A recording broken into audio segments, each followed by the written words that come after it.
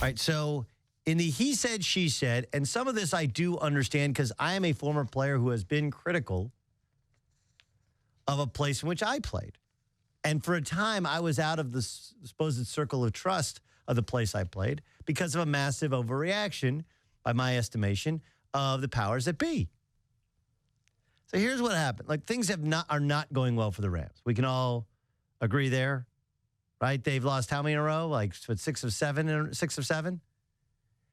And what was supposed to be their strength, their defense has not. They took their time before they promoted their number one overall pick to quarterback. He actually played pretty well this past weekend. And Jeff Fisher's caught a bunch of heat because he didn't like the idea of him being called an 8-8 coach or 7-9 coach. And he didn't like that people have questioned his selection of Jared Goff and why he didn't play Jared Goff immediately. So Eric Dickerson is a former Ram. He is a Hall of Famer. Now, the difference between my show and anybody else's show, maybe Rome's show would be the only one because Jim grew up in Southern California, although he didn't grow up in Orange County. He lives there now. I remember when the Rams were in L.A. last time around, they weren't actually in Los Angeles. The fact is, nobody in Los Angeles actually cared about the Rams when the Rams were last the L.A. Rams. People in L.A. were Raider fans. I'm not going to say 100%, but a hefty percentage of them were Raider fans.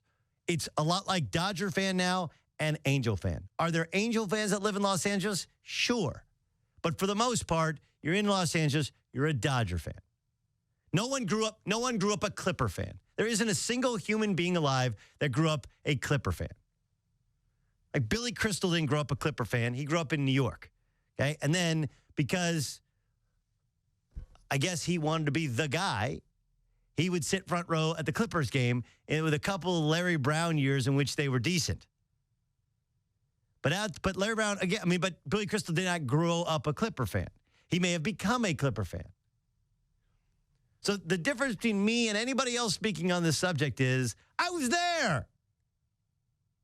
First thing is, Eric Dickerson was awesome. Okay? He had the goggles. He had the upright running style. He had the big neck roll as well. Like, he had a unique look. He had a unique style. And he kind of took the NFL by storm. Here's the second part. Eric Dickerson has never cared if what he said ruffled feathers. Okay? That's kind of always been his MO. Here's the third part. He wasn't well-liked by anybody. Okay? He had fans when he had his ultimate success, but he was kind of ushered out of town and ultimately replaced by Jerome Bettis. Like, people weren't weeping in the streets when Eric Dickerson was sent on his merry way to the Indianapolis Colts. They just weren't. They were kind of done with the Dickerson thing. I'll tell you what his nickname was without telling you what his nickname was. It was part of his last name. That's what he was known as. Now, listen, you can say that I'm slamming Eric Dickerson. I'm not. I'm telling you what actually happened. Now, he also hosts a radio show in Los Angeles. Okay, but herein lies the problem. Okay, what the Rams have said is like, look, dude, you want sideline passes for you and your friends. That may not be in the payroll, but there's some ancillary benefits there. I also think it is different when you're a Hall of Famer and you're a former Ram and you're critical of players. I actually think this is kind of a tip. That means they're actually listening to you on the radio. They respect you, but when you say things that they vehemently disagree with, it makes them upset. And maybe it's because you haven't done the job. You may like to talk, but you haven't done the work. Like, if you're doing local radio, the first thing you do when you get a local radio job is you go and sit with all the head coaches. If it's a pro town, with the general managers, you go to practice, you get to know people, you exchange text messages. You guys understand what's at work here, right? Okay? You guys understand what Jeff Fisher's saying. And look, the conversation was detailed, and both men were honest and open that first Dickerson on the radio didn't want to single out Jeff Fisher. Jeff Fisher said, I actually had a good conversation with him. And then in the LA Times, they both admitted it was a conversation with each other. Here's the first thing. People, and of course, lots of sports writers like, well, you can't have an opinion and then the team shuts you down. So it's very easy to take Team Dickerson. Like, that's team media. You can't shut down them. But they're wrong. They're all wrong. First of all, kudos to Jeff Fisher for picking up the phone and calling Eric Dickerson. There's nothing worse than a coach. You think a coach is thin-skinned? If he's thin-skinned, he makes comments about somebody, but won't talk to him man-to-man, either face-to-face or on the telephone. That's not what Jeff Fisher did. And what Jeff Fisher is saying is, how many times did he mention practice? 3 or 4? Meetings, 3 or 4? He's like, you're a guy who could have unlimited access to everything going on in our facility. And you're a former player who wears a gold jacket who that commands respect. And you're talking about things you have no idea what you're saying because you're not willing to invest and actually do the job. This is problem number. This is not an access issue. This is Eric Dickerson wanting to do the job without wanting to do the work. It's not any different than math. Show your work. God, I hate showing my work. I know the answer. Show your work. So we know how you got to the answer.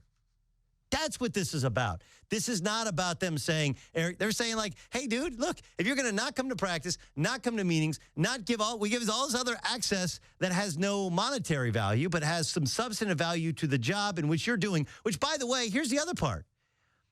Dickerson works for a radio station in L.A., 570. They're not a Rams rights holder.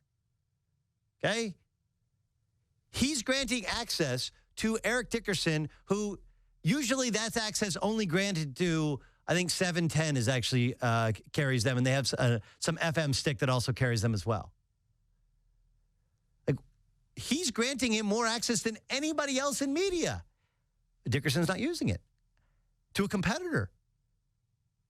And in return, Eric Dickerson's not only crushing them and questioning their quarterback coach, which is what he did, calling out Chris Winkie, former quarterback Heisman Trophy winner, of course, was a quarterback guru at IMG before becoming the quarterback guru for the Rams. He questioned, like, what have you ever done? Who have you ever worked with? That's what he said. That's what really ticked him off. And, of course, he doesn't actually come to practice, so he can't see Chris Winkie working with the number 1 overall pick. He doesn't sit in the meeting, so he can't see what he's doing, but he's questioning, hey, why is this guy the mentor to a quarterback? He had no idea what he's talking about. And then, oh, yeah, by the way, I want field passes for myself and some of my buddies because I'm Eric Dickerson. It's not the way it works. Because I'll always be Eric Dickerson. I have a gold jacket of the Rams. Whether you're here or you're not here.